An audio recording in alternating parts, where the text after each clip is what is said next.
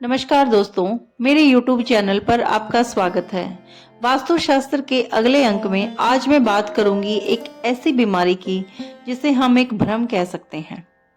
लेकिन यह बीमारी जिसको भी होती है वह उसे इतना परेशान करती है कि वह इंसान अंदर से बिल्कुल खोखला हो जाता है। यह बीमारी ये है जिसे कोई दूसरा व्यक्ति नहीं समझ सकता, जिसे होती है वही जानता है। यानी जिस तन लागे वो तन जाने। ये इस बीमारी का नाम है स्लीप पैरालिसिस। यह एक ऐसी बीमारी है जिसे साइंस मानता तो है कि ये बीमारी है, लेकिन साइंस के पास इस बीमारी का कोई इलाज नहीं है। उन्होंने इनके लक्षण भी बताए हैं कि ये लक्षण होते हैं इस बीमारी के, पर इसका इलाज नहीं है। 100 में से लगभग 8 लोगों को यह बीमारी होती है और यह बीमारी यंग एज में शुरू होती है, यानी कि 18, 19, 20 इस एज में शुरू होती है और लगभग 40-45 तक यह चलती है और इसके बीच में यह बीमारी लगभग अपने पीक पर होती है और बार बार परेशान करती रहती है। कई लोगों का मानना होता है कि यह सिर्फ एक डरावने सपने होते हैं और इस बीमारी से किसी को कोई नुकसान नहीं होता, लेकिन मैं मानती हूँ कि इस बीमारी से बहुत बड़ा नुकसान होता है। इस बीमारी के कारण शरीर अंदर से एकदम खोखला हो जाता है, क्योंकि यह बहुत ही डरावना अनुभव होता है। दिल कमजोर होने लगता है और छोटी छोटी चीजों से भी इंसान डर जाता है। अब मैं आपको बताती हूँ स्लीप पैरालिसिस के लक्षण क्या होते हैं। इसमें क्या होता है कि जब आप सो रही होते हो तो आपकी आंखें तो खुल जाती हैं, वो मूवमेंट भी कर सकती हैं आपकी आंखें, लेकिन आप अपने शरीर को हिलाने में असमर्थ होते हो। एक लकवे जैसी स्थिति हो जाती है, यानी आपका दिमाग तो जाग जाता है लेकिन आपका शरीर नहीं हिल पाता, ना ही आप बोल पाते हो। अपने पास आए हुए इंसान को भी आप नहीं बोल पाते। ऐसा लगता है कि आपके सामने सब कुछ बहुत कुछ हो रहा है, लेकिन आप किसी को ना तो बता पा रहे हो, ना आप वो जो सामने हो रहा है उसको फेस कर पा रहे हो। आपको डर लगता है, ऐसा लगता है जैसे कोई आपका गला घोट रहा हो या आपको मार रहा हो या आपके ऊपर दबाव आ रहा हो किसी चीज का।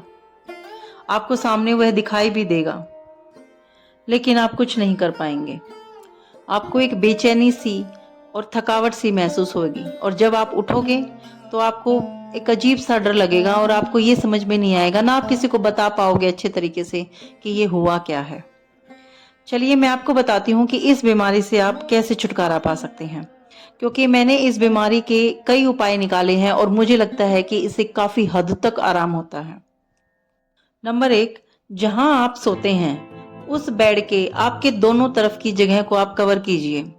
या तो कोई आपके साथ सो रहा है तो ठीक है, लेकिन अगर नहीं सो रहा है तो आपको अपने दोनों तरफ पिल्लो लगा के सोना चाहिए, यानी कि अपनी दाएं भी और बाएं भी दोनों तरफ की जगह को कवर करें। उन जगह को आप खाली ना छोड़ें और कोशिश करें कि अपना बेड ऐसी जगह लगाएं जहां पीछे दीवार हो, यानी कि आप तीनों तरफ से कवर होनी चाहिए। आपको आपके तीनों तरफ से जगह खाली नहीं होनी चाहिए। नंबर 2, सोने से पहले अपने सिरहाने पर पानी रख के सोएं और पानी गिलास में रखें, लेकिन गिलास को ढककर रखें और जब भी आपकी रात में आंख खुले आप थोड़ा थोड़ा करके उस पानी को पीते रहें। नंबर 3, अपने कमरे में कोई भी खाली कुर्सी या सोफा ना छोड़ें, यानी कि आपके बेडरूम में अगर कोई कुर्सी रखी है या सोफा रखा हुआ है तो उसको रात में उसको खाली ना छोड़ें। या तो उस सोफे पे या कुर्सी पे आप कोई पिल्लो रखें या कपड़े डालें या कोई वस्तु रख दें उठा के, लेकिन उस सोफे को खाली बिल्कुल ना छोड़ें।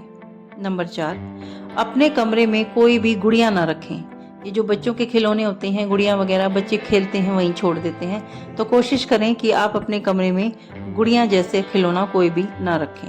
नंबर 5, आपके कमरे में आईना नहीं होना चाहिए, लेकिन अगर मजबूरी है कि आपको आईना रखना ही पड़ रहा है अपने कमरे में, तो उस आईने में आपका बेड नहीं दिखाई देना चाहिए और अगर वह भी दिखाई दे रहा है तो आपको आईने को कवर करना चाहिए। नंबर 6, उत्तर दिशा में सिर करके न सोएं, क्योंकि उत्तर दिशा में सिर करके सोना बहुत ही अशुभ माना जाता है। क्योंकि हिंदू रीति रिवाज में जब किसी इंसान की डेथ हो जाती है तो उसका सिर हम उत्तर दिशा में करके उसकी डेड बॉडी को रखते हैं। इसीलिए कोशिश करें कि अपने सिरहाने को चेंज करें और उत्तर दिशा में सिर करके न सोएं। नंबर 7, खुले बाल ना छोड़ें। रात को अपने बालों को टाइट करके सोएं, मतलब थोड़ा सा हल्का सा ही बांध दें, लेकिन अपने बालों को बांध कर सोएं, खुले करके ना सोएं।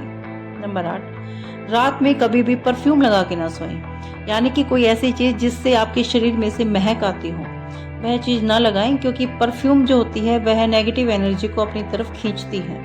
नंबर 9, अपने कमरे में अंधेरा करके न सोएं। कोशिश करें चाहे हल्की फुल्की रोशनी हो, लेकिन अंधेरा नहीं होना चाहिए। और दूसरी चीज़, अगर आप छोटी मोटी भी रोशनी कर रहे हैं, यानी कि कोई 0 वाट का 10 वाट का ऐसा कोई बल्ब आप लगा रहे हैं अपने कमरे में, लैंप जला रहे हैं कोई ऐसा, तो कोशिश करें कि उस लैंप की रोशनी लाल रंग की ना हो। ये सब आप अपनी लाइफ में शामिल करें, छोटी छोटी चीज़ें, और धीरे धीरे ये बीमारी आपकी देखना बिल्कुल ख़त्म हो जाएगी, कम भी हो जाएगी और ख़त्म भी हो जाएगी।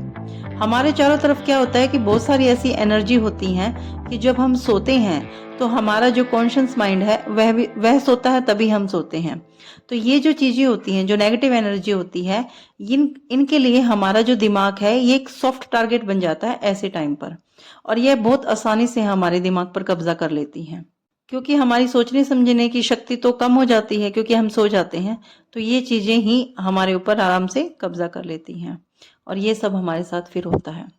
अगर आपको मेरी इन्फॉर्मेशन अच्छी लगती है तो प्लीज़ मेरी वीडियो को लाइक करिए, शेयर करिए और मेरे चैनल को सब्सक्राइब करिए।